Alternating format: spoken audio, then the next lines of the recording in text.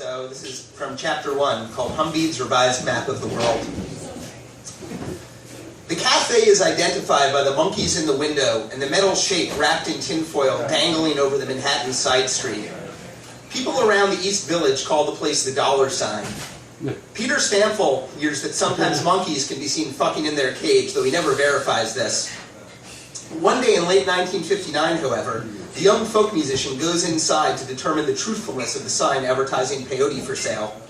The hallucinogenic cactus has been around the village for a few years, though never exactly available. The cool thing to do when I got to New York was to take peyote and go see the Brazilian film Black Orpheus, remembers Stamfel, then a fresh-faced 21-year-old transplant from Wisconsin. He'd heard about the visionary plant from a classmate, and soon read Allen Ginsberg's epic poem Howl, written partially under the influence of peyote a few years earlier. But Peter Stamfel never been able to get any for himself.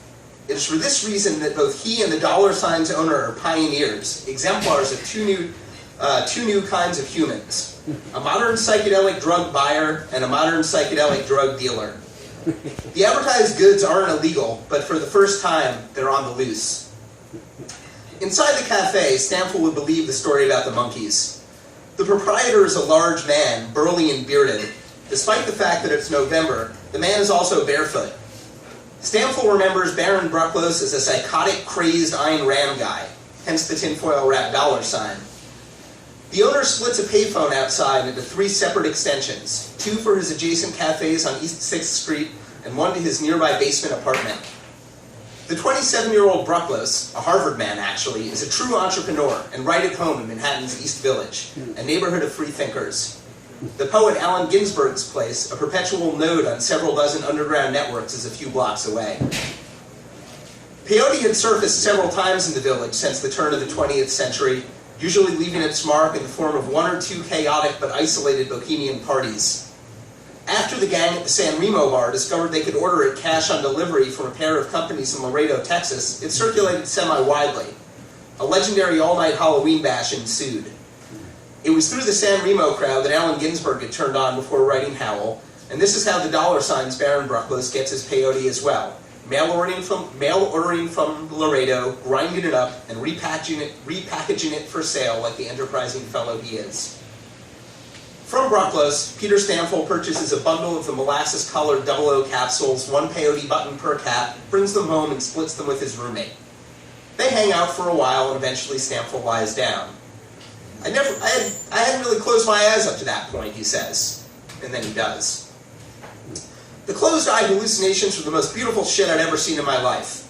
I was very fixated on this combination of blue and green and had a long period of blue and green interaction which were of an awesome, devastating, constantly changing beauty. At a point it changed to purple and orange in a combination I'd never really considered. It made all the great art I'd seen in my life seem second-rate. One part of Stamfel's experience is very new, and another is very, very old.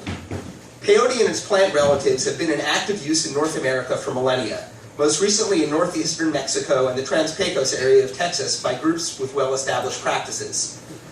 Though the westward spread of European occupiers has done much to suppress the indigenous settlers, a network of Native American peyote groups thrives.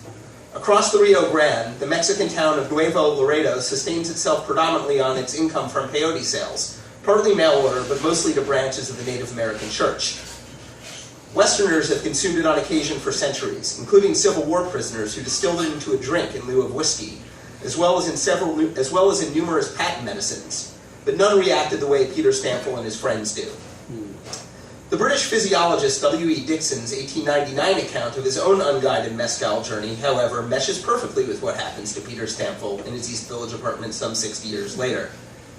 After sitting with closed eyes, subjectively examining the color visions, on suddenly opening them for a brief space, one seems to be a different self. As on waking from a dream, we pass into a different world from that in which we have been. The place Peter Stamfel has just returned from has been there forever. But it's not often that people stumble in without a guide. There's no one to tell him what he just saw. There's no one to tell him what to do. For Peter Stamfel and others like him, it is an empty shore and a seemingly unsettled place. Peter Stamfel's experience differs from all who came before him in one crucial way. He'd sought no special pass to acquire his psychedelics. Before the dollar sign and its nameless village brethren, one had to qualify in some way, by tribal affiliation, forward-thinking therapist, social network, or the knowledge of that certain P.O. box in Laredo. This peyote had simply manifested itself in Peter Stanfield's path, in his neighborhood. All he'd done was navigate Manhattan's chilly November avenues to 306 East 6th Street, duck into the dollar sign, and hand a few dollars to Brucklos, walk out, no questions asked. He can even go back. But perhaps for the first time in known human history, psychedelics are readily available for the customer who might wish to acquire them. Stanfield discovers that there's LSD around, and mescaline too. There's a word for people like Stanfield, something that distinguishes him from the general population. It had slipped into the language in a 1952 Time magazine story. "I'm higher than a giraffe's toupee," an 18-year-old Hollywood girl told police when she was arrested for smoking pot. "Everybody's ahead now," she clarified for a reporter the next day. "1 out of every 5 persons you meet on the street are heads."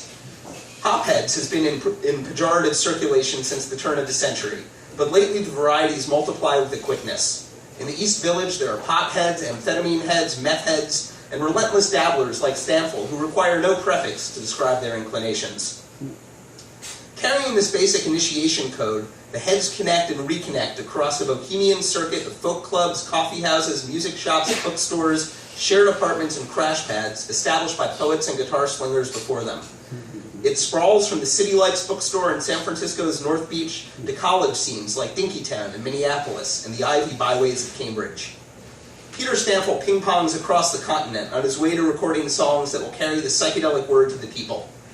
He's in Los Angeles for a while, San Francisco, New York, San Francisco again, playing the clubs wherever he goes. He recalls a joke going around to describe the closeness of the coasts. 3 beatniks get into a car in North Beach, and one of them says, "Let me sit on the outside, I'm getting off of McDougal Street." The United States becomes like a Mad magazine fold-in. In the wild, the heads continue their own investigations. By the turn of the decade, there's evidence of small LSD cults flowering in the Pacific Northwest, using the drug similarly to peyote. The participants do not belong to the American Indian race, and this gives rise to understandable concern and protests, reads one police report. Disconnected pockets of psychedelic users emerge, and a terminology arises. A good head must always say he's ready to take the drug again, although not necessarily immediately. Sorry, lost my spot. Concludes a chapter on black market LSD users, published in 1964. Reads another chapter in the same study.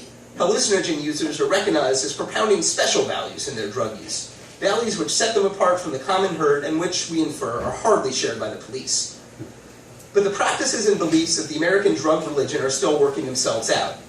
There are brief vogues for morning glory seeds, true if one takes the right kind, and smoked banana peels, bogus, and the ever-witchy Atrafa belladonna, better known as deadly nightshade.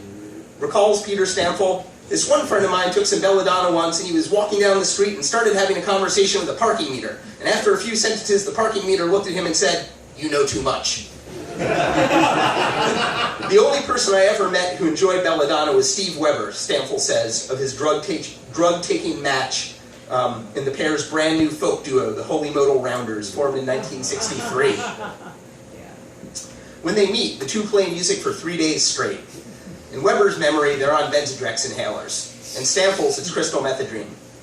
They are the first band of a new breed, overtly inspired by both Harry Smith's Anthology of American Folk Music and drugs. Peter Stanfield becomes the first person to use the word psychedelic in a recorded song. Released on the Holy Modal Rounders' self-titled debut on Folkways in early 1964, their take on Hesitation Blues adds the word to the new musical lexicon. "It was important to me," Stanfield says, of getting the term onto an LP. "I believe, like a lot of people, that if Kennedy and Khrushchev just took some LSD together, we'd have world peace forever." Not long after the Holy Modal Rounders album comes out, Stanfield and Weber are drafted into another new band that is rehearsing at the soon-to-open Peace-Eye bookstore near Tompkins Square Park. The Fugs will champion drugs and many other provocative ideas. One of the Fugs' founders, Ed Sanders, is the editor of Fuck You, a magazine of the arts, churned out from a speed-of-print mimeograph at Sanders' secret location on Avenue A. "A call to action," reads the first page of issue number 10, published in the spring of 1964 in Sanders' hieroglyphic-inspired calligraphy.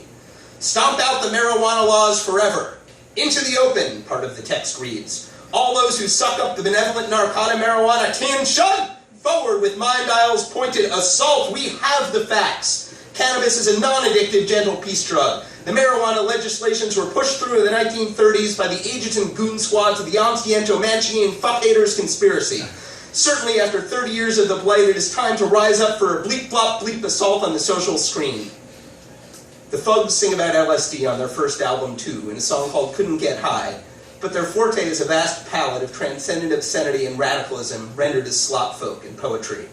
Their songs are four heads by heads. Along with Sanders, the band's other singer is Tully Kupferberg, an old-school bohemian hero of Ginsberg's Howl, who, in Ginsberg's breathless descriptor, jumped off the Brooklyn Bridge, this actually happened, and walked away unknown and forgotten into the ghostly days of Chinatown. Around the Village, the otherworldly Kupferberg is best known for his self-published book, 1001 Ways to Live Without Working. Allen Ginsberg will dub him the world's oldest living hippie. There have always been heads. But now, at the Peace Eye bookstore, in communal apartments, in the pages of Paul Krasner's zine The Realist, the newly launched East Village Other, and elsewhere, they start to shape an identity of their own. Something that distinguishes them from being simply serial drug abusers. Though some of them are that too.